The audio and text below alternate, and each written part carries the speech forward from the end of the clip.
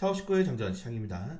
자, 뉴욕 증시는 오늘도 혼조세로 마감을 했습니다. 최근에 정강 후약 흐름을 반복을 하고 있는데 오늘 연준 인사들의 매파적인 발언들이 이어지게 되면서 패드워치 기준으로 금리 인상 확률이 또다시 등장을 했습니다. 자, 우선 정말 라펠 보스틱 연은 총재가 급하지 않다. 금리 인상도 가능하다. 그리고 클리브랜드 연은 총재도 미국 금리 인하 서두를 필요 없다. 늘 보던 얼굴들이 계속 나오죠. 여기 좀 충격적인 게 사실 비둘기파 발언을 했었던 존 윌리엄스 총재가 데이터 더 높은 금리 원하면 인상할 것, 이게 좀 충격이었어요. 그냥 앞에 두 분은 어차피 이 매파적인 발언을 매일매일 입을 열 때마다 하시는 분들이라서 괜찮은데 이 존 윌리엄스 뉴욕 총재는 최근에 연준의 데이터가 2%를 향해 가고 있다라고 하면서 좀 비둘기파적인 발언을 했단 말이에요. 그런데도 불구하고 오늘 매파적인 발언으로 전환을 하게 되면서 이게 금리 인하가 대체 언제 될 것이냐, 여기 나는 우려가 나왔고, 여기 보시는 것처럼 미국 국채금리가 2년물 4.999%,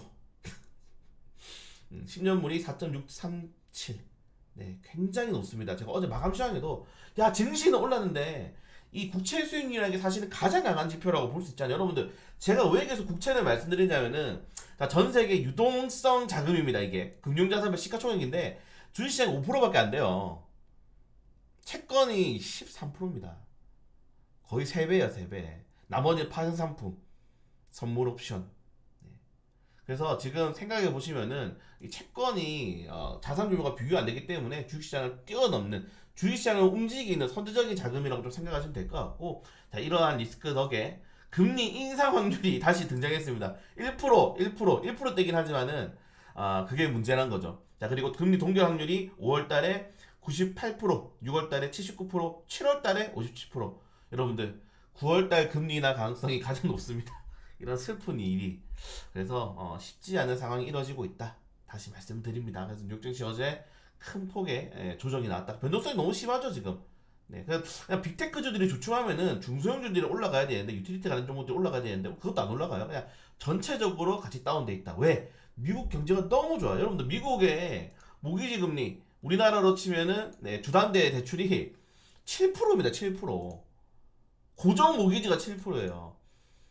경기가 얼마나 좋으면. 예를 들어 여러분들 7% 금리 감당하겠습니까? 근데 그걸 버틸 정도로 경기가 좋다는 거야. 그래서 미국 경제가 너무 좋기 때문에 금리 인하 가능성이 계속 좀 낮아지고 있다는 점들 좀 잘 여러분들 확인하시면 좋을 것 같습니다. 그래서 최근에 이런 실적 개선 종목으로 눈을 돌려라, 이건 당연한 말이죠. 그리고 국내 증시 이탈하는 기간 5조 원 팔았다. 요거는 총선 끝난 다음부터 매도세가 폭발을 하고 있습니다. 제가 어제 마감 시장에 다 말씀드렸기 때문에 두 번 말씀 안 드리겠습니다. 그리고 5월달에 MSCI 지수에 알테오젠, HD 현대일렉, NKM이 유력하다. 제가 믿었던 두산 로보틱스 안 사길 잘했네요. 편입이 유력하고 다른 종목들은 여기에 편입되지 못했다. 사실 두산 로보틱스를 사신 분들이 몇 분 계세요. 제가 그분들에게 손절하라 라고 말씀드렸지만은 안 하시더라고요. 그래서 그러면은 이제 모스테니 지수가 다음을 또 기약을 해야 되겠죠. 여러분들, 이게 편입되는 게 다른 게 없습니다. 그냥 우리나라는 시총 높은 순위로 편입돼요. 그래서 세력들이 그냥 밀어 올리는 겁니다. 이런 종목들을 실적이라든가 상관없이. 그래서 NKM이 제가 계속 말씀드리잖아요. 이게 시가총액 대비가 정말 거품인데 이걸 또 올리네 라고 했는데, 여기 편입시키기 위해서. 그리고 예전에는 이렇게 MSC에 편입되면은 물론 글로벌 자금성, 유동성 자금도 들어오지만은 공매도를 같이 맞습니다. 공매도도 같이 할 수 있기 때문에. 근데 지금은 우리나라 업종은 공매도가 안 되는데, 그래서 많이 올랐던 거예요. 일단 제로 소멸 유의하실 필요가 있을 것 같고요. 그리고 골드만삭스가 브렌트유 배럴당 90달러가 저점이다. 실제로 90달러를 맞고 브렌트유가 조정이 나왔죠. 지금 86달러인데 여기 좀 웃긴 게, 다만 주요 리스크 두 가지가 있다. 오펙의 감산의 연장 가능성. 오펙 지금 감산 계속하고 있죠. 그리고 중동에서도 러시아에서는 공급에 대한 지지자적 충격. 말장난하는 것도 아니고 그냥 지지자적 리스크 생기면 언제든지 90달러를 넘어갈 수 있다고 이야기를 하고 있는 겁니다. 그리고 월가에서 연기금이, 여러분들 우리나라만 연기금이 있는 게 아니죠. 특히 요건 좀 제가 짚고 넘어가야 될 게, 여러분들 우리나라가 지금 은퇴하고 나서 사람들이 할 일이 없으니까 자영업자가 거의 500만 명이죠.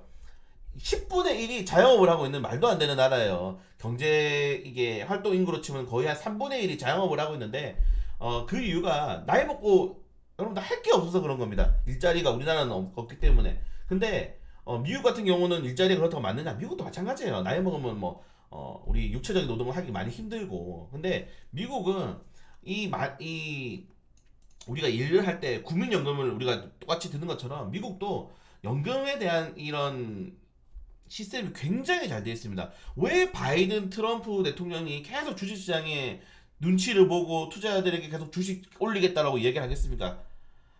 이 사람들은 미국인들은 은퇴하고 나서 자기들이 투자했던 국민연금이 연수익을 계속적으로 올리면서 복리를 주면서 올라가기 때문이에요. 그러니까 주식으로 자기 노후를 대체를 하는 것들이 미국 고령화 인구죠. 근데 우리나라는 그게 안 돼. 국민연금으로 돈 몇백 줘도 지금 생각해보세요 여러분들 저희 부모님이 그래요. 사실 저희 부모님 때 나이가 얼마나 많이 경제 고도 성장이긴 하지만 보통 공장에 다니시고 그러시는 분들은 국민연금에도 가입 못했단 말이야. 다 현금으로 주고 뒤로 돌리고. 그래서 받아봤자 막 100만 원 정도 받는데 100만 원 정도. 여러분 100만 원으로 한 달 살 수 있습니까? 그러니까 주식을 잘해가지고 연기금 수익 팍팍 늘어나면은 그런 것들로 해서 배당도 주고 팔 필요가 없어요. 이런 주식을. 그래서 이런 걸 좀 잘해야 되는데 우리나라는 그런 생각이 없다. 여러분들 밑에 좀 더 추가적으로 말씀드리겠습니다.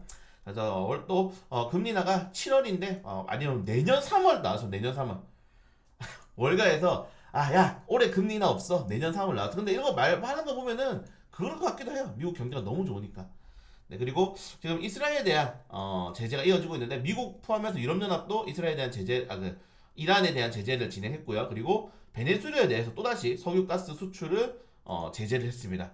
국제유가 좀 움직일 가능성도 있겠죠. 이런 게 있고, 자 우크라 러시아 전쟁 리스크는 여러분들 이거 안 끝납니다. 한쪽이 항복해야 끝나요. 근데 정치적인 그게 굉장히 많죠. 여러분들 러시아인이면은 지금 러시아 푸틴 지지율이 아시겠죠? 90%가 넘죠. 그리고 지금 전쟁 사실상 승리했어요. 이제 더 이상 러시아는 진격하지 않고 여기다가 참호한 다음에 선긋기 하고 있죠. 근데 우크라이나 같은 경우에서는 항복도 못하는 게 지금 대통령 제렌스키죠. 올해 지금 대통령 선거 해야 되는데 상반기에 안 하고 있습니다. 자기 이 긴급 상황이라서. 근데 대통령 만약에 제렌스키 항복한다. 그러면 제렌스키의 목숨이 어떻게 되겠습니까, 여러분들?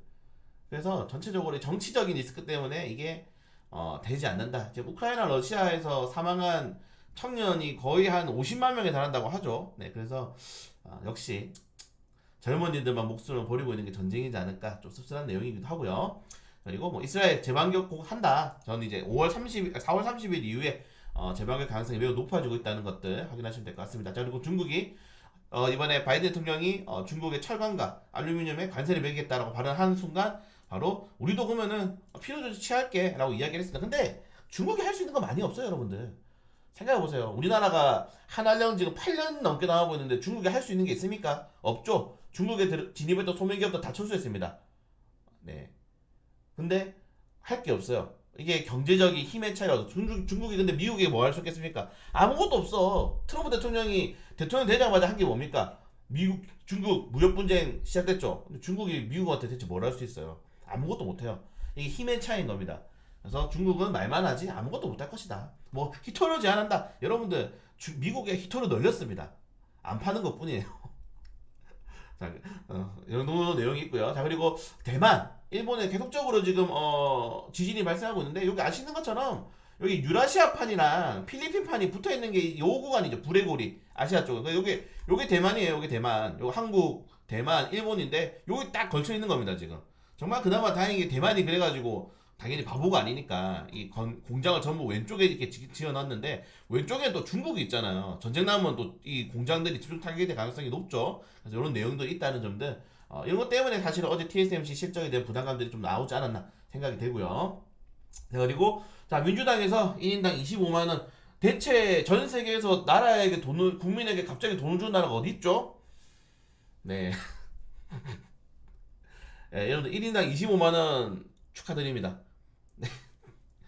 늘 말씀드리지만은 제가 최저시급이 오르고 인건비가 오르면은 물가가 오르면 여러분 한번 오른 물가는 절대 떨어지지 않습니다. 네, 돈이 풀리면은 가치가 떨어집니다. 돈이 가치가 떨어지면은 물류가 오릅니다. 아무튼 이런 내용이 있고, 네, 그리고 오늘 뭐 전체적으로 네, 뉴욕 증시는 호재가 많았는데도 많이 떨어졌어요. 금리 그 정도로 중요하다는 겁니다. 그리고 테슬라는 오늘 연중 신저가 150달러 장중 중에 160달러 깨버렸죠. 테슬라에 대한 부담감은 결국 우리나라의 2차 전지에 대한 부담감들이 될 수 있다. 지금 LG와 LG엔솔루션 신저가 구간이잖아요. 쉽지 않다. 에코프로 거래 정지 당한 게 다행이라니까요. 이 정도 내용 보시면 될 것 같고, 오늘 개별적인 일정 이슈가 많습니다. 하나씩 좀 체크를 해주시면은 좋을 것 같고, 네, 우리 엔터주들 뭐 디어유, SM, 네카, YG엔터 다 쉽지 않죠. 엔터주들 왜냐 경기가 안 좋으면은 사람들이 뭐 이런 게 돈을 안 씁니다. 유흥이라든가 본인들의 이런 취미 활동에 이런 것들도 영향을 좀 미칠 수 있다는 점들까지 보시면 될 것 같고, 자 오늘 미국 옵션 만기 그리고 일요일날 비트코인 4차 반감기입니다. 그래서 우리 막 오늘 시간 괜찮으면은 우리 기술 투자 한번 종가 베팅 해보는 것도 나쁘지 않다는 생각이 되고, 일단 조금 더 지켜보도록 하겠습니다. 그래서 어제 올라갔던 상승폭을 반납할 가능성이 매우 높습니다. 어제 마감 시장에 말씀드렸는데 마감 시장 많이 안 보셨더라고요. 그래서 마감 시장 한번 더 보시고 놓으면은 이해가 되실 수 있다 말씀드리면서 장장시장 마치도록 하겠습니다.